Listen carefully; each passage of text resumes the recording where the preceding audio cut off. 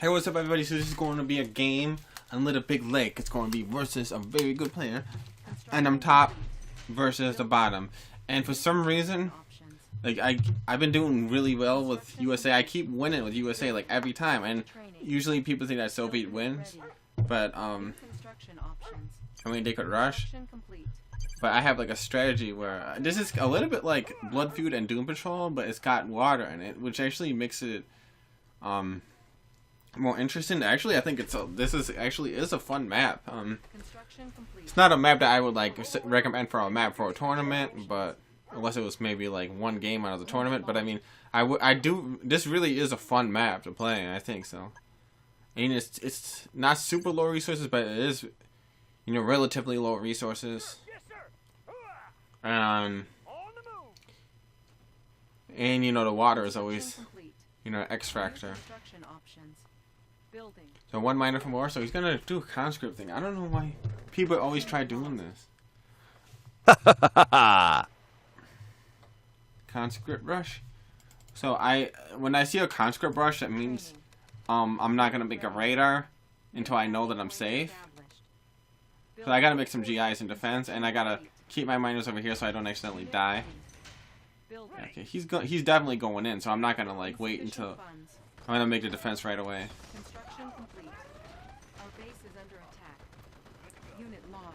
So I'm gonna alt his conscripts.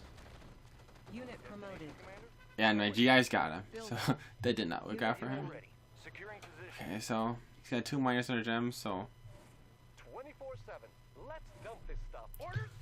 I'm 1 miner ahead. Unit ready. Unit reporting. High speed, low drag. New rally point established. Vehicle ready. Structure sold. Construction complete. Unit ready. Got it. On my way. Yes, sir. Bound forward. Building. Good day, Commander. Ready as ever. Unit ready. Ah, there it is. Construction complete. New construction options. Training. Building.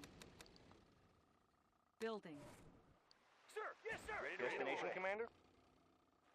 Construction complete. Securing position. Unit ready. Let's get it on. How about a swim? I'm your man. Unit ready. Building. Destination. Who's your daddy? Instruments locked on. Cover me. Going down. Unit ready. Unit lost.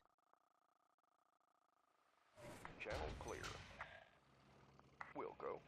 Construction Instruments complete. locked on. Unit Unit reporting. High speed, low drag. Training. New construction options. New rally point established. Unit ready.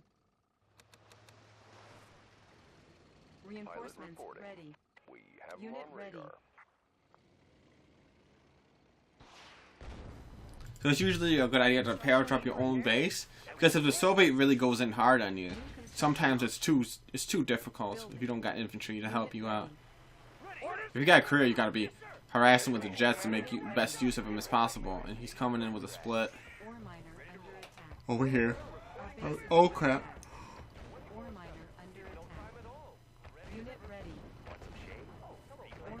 Hey, sometimes when the miners mess up, they beam to the wrong spot. Now, when you do this map, you always gotta make dolphins or destroyers before you make an aircraft carrier. Because you make an aircraft carrier, and then one sub could take out an aircraft carrier, and you lost a freaking lot of money. You could practically lose the game. I mean, you spend all that money for the Navy Yard, the the electricity, everything, and then so try to take it out before this first sub comes out, if possible. Unit ready. Reinforcements ready. Okay, got it. So one destroyer could shoot onto land. And sometimes the dolphins, very rarely, they could shoot onto the land. It's hard to do, but it is possible. You could shoot onto a bridge or shoot onto land. I mean, if you're right at the shore, sometimes it just hits you, the dolphins. I mean, I don't have a lot of videos showing that. Look, I could actually hit that rhino tank. It's right at the edge, but I actually didn't notice it was right there. Okay, fast. Aircraft carrier? Okay, do I still have this Dolphins? I gotta make sure this Dolphins is still alive. Our base is under attack. And using the aircraft carrier is good to chop down Rhino tanks. To make a couple less tanks so I win the tank fight. Building. And by the way, he's not making super weapons for a reason, because last time he made super weapons, he lost. I don't think I had the game recorded though. Unit promoted. He made all you do is, if you're allies and they make Iron Curtain, you make like 2 aircraft carriers instead of 1, and then you're gonna blow up the freaking nuclear missile. But notice how I don't want to make more than 1. I don't want to make too many aircraft carriers because you got a budget between Navy and Army. Reinforcements. If my Army gets too small but my Navy gets big, the Navy's not gonna really help me because you could just bum rush everything on the land. Battle of the Two is more of a land game than a water game, honestly, overall. But sometimes it's more of a water game, especially on depth charge. Under attack. Construction complete. Look at that. Unit lost.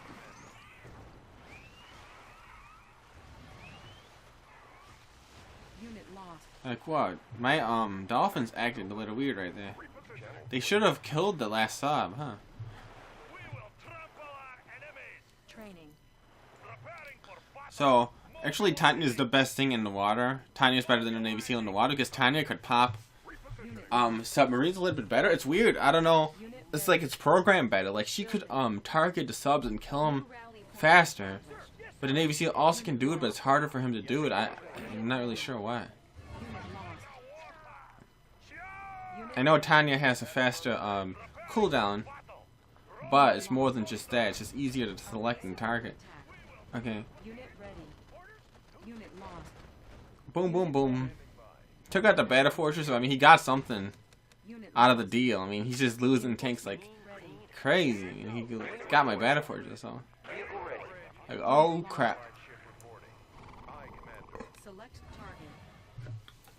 And I got the water 1. If he does make a dreadnought, I'm gonna hit it with destroyers. And I'm not sure how much he's gonna spend on subs. It's kind of like a risk. Unit lost. If he makes like 5 subs, that's very risky because he could go broke. And if he does make 5 subs, he got a couple. I don't know how many he has, but I see some in there. If he makes too many subs and then makes a dreadnought, because obviously you eventually want a dreadnought if you're gonna make subs to support the water. I mean, you could just move away from the land with the MCV and the refinery. I could just basically bypass the submarines and then shoot his dreadnought. I mean, it's not gonna go into a fight with Sea Scorpions subs. It's not gonna get into a big navy fight. If you make a huge navy, all the guy has to do is defend and just rush here and land. But the water is important on this map also, because look what I did to him with the aircraft carrier. So yeah, I doubt he's gonna make too many subs. It's just too risky to go broke. Because he doesn't know if I'm making Dolphins or not. He doesn't know. Well, actually, you can see the crane move sometimes. But you can't keep your eye on that the whole time, and sometimes you forget about it. I don't know. Yeah, he doesn't know if I'm making Dolphins or not. Overall. Okay, he just sold the MCV, I think. So it's going to be difficult, because he's going to have to hit a Desolator on the Mirage or the GIs. Or both.